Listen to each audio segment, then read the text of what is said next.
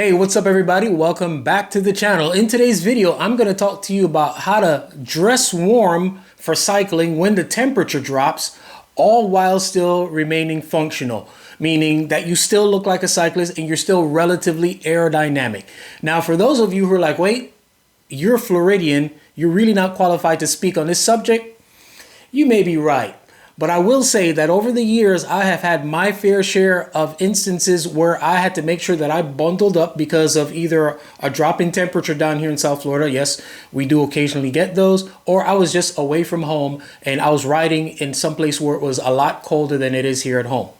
But also, I did spend 5 years living and riding in Atlanta, where I did have to develop a little bit of a philosophy of how I was going to deal with riding in cold temperatures. Now, I do have a philosophy, and that philosophy lines up with Paola Bedin of MY Sports. You see me wearing her cycling kit all the time. And Paola believes that just because it's cold, it doesn't mean that you still can't look like a cyclist, which is also my philosophy. And Paola believes in using fitted thin layers to ward off the cold, meaning there's no reason to look like the marshmallow Stay Puft guys just because you need to get out there and be able to log some miles. So this past weekend, Paola and I had an opportunity to test out this theory.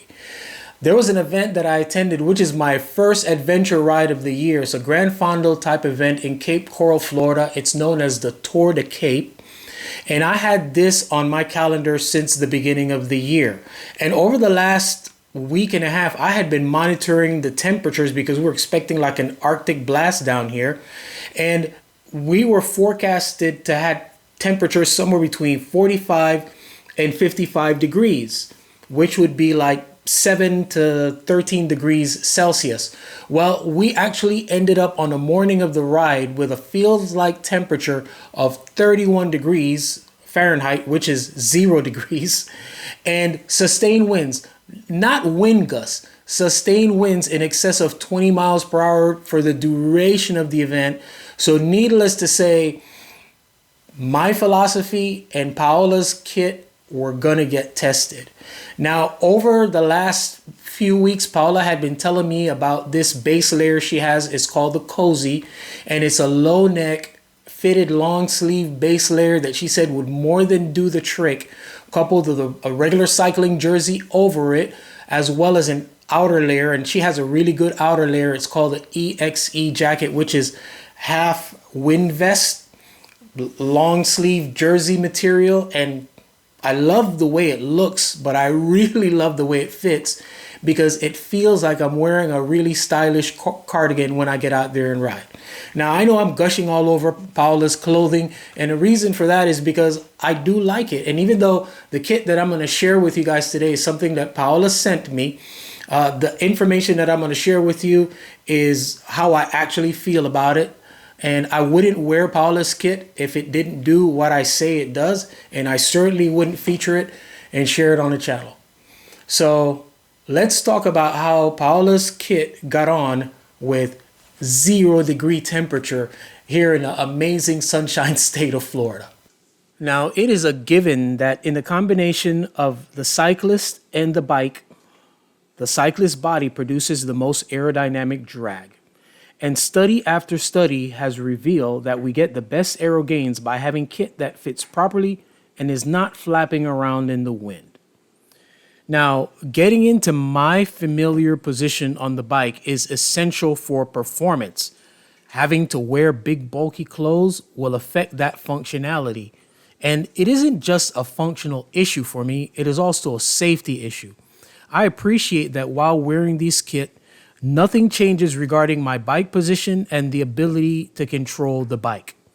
But the question beckons, is it warm enough? At 31 degrees and warming gradually, I was extremely comfortable. The Cozy base layer did a really good job of insulating my torso and my arms, even with the sustained winds of over 20 miles per hour. In addition to that, I had the added benefit of a cycling jersey over it with the convenience of jersey pockets. I'll talk to you about why that's so important with this combination of kit. And then on top of it all, I wore the EXE The windproof jacket that I mentioned feels kind of like a very comfortable cardigan. It moves with you. It is seriously one of the most comfortable piece of cycling kit that I have ever worn. The fabric is amazing in terms of what it does, but it's remarkable that something as thin as it is able to keep you as warm as it does. If the EXE has an elephant in the room issue, is the fact that it does not have rear jersey pockets, but there's some very good reasons for that. The first being the fabric that it's made out of. The fabric is designed to fit close and move with you in order to maintain warmth, functionality, and some semblance of aerodynamics. Remember, we want to look like a cyclist. If the EXE did have rear jersey pockets, you know how we are. We would load this up with stuff. And this soft, stretchy fabric that's already doing its primary purpose would stretch beyond the line of our butt. We've all seen cyclists that that's happened to, and we know that that's not only unaesthetically pleasing, but it also creates a safety issue. I've seen cyclists whose jersey has sagged past their butt line. They stand up, the bottom of the jersey gets caught under the saddle, pulls them back down. That to me is a safety issue. The other reason why the EXE does not have rear jersey pockets is because of its simple purpose. The purpose is to keep you warm and protected from the elements, which it does a brilliant job of. It's not to provide storage. If we're doing this the right way, storage is provided by our traditional jersey with 3 jersey pockets. Like Paola says, we need 3 jersey pockets, not 6. In all of the instances that I have worn the EXE, I've never had any issue being able to pull up the back and access any items such as gels out of my rear jersey pockets. And the third reason why it does not have rear jersey pockets is because oftentimes we may start out a ride wearing the EXE, or we may use it because of its wind protection element on a descent, and then we'll take it off, or halfway through the ride it warms up and we take it off. And it would be kind of cumbersome either if you're taking this off while you're pedaling to transfer the items from this jersey pocket to the jersey pockets that you'd have in your traditional jersey, or even if you're like me, you pull over on the side of the road and you're taking this off and you're looking to store it. Now you got to take the items out of one jersey pocket, put it into another jersey pocket. To me, it's best to just make sure that your organization is simple. My items are in here. So I use my jersey pocket as a jersey pocket. I use the EXE as an outer layer to protect me from the elements. And I use the cozy base layer close to my skin to keep me insulated and warm. That's the method. Now, one of the things that happened as I was rolling along is that every once in a while I'd come across a person who was wearing either like a windbreaker or a hard shell or one of those puffer jackets, and I saw them catching wind, and I really felt like I had an unfair advantage, which I guess is the benefit of wearing the MYN kit that I'm wearing. I did wear on this ride normal cycling bibs along with leg warmers, and my leg warmers, of course, go under my cycling bibs over my socks. Keeping my feet warm are the Castelli Deluvio neoprene booties. They do a great job of not only keeping the wind out, but potentially if it rains, they keep my feet dry as well.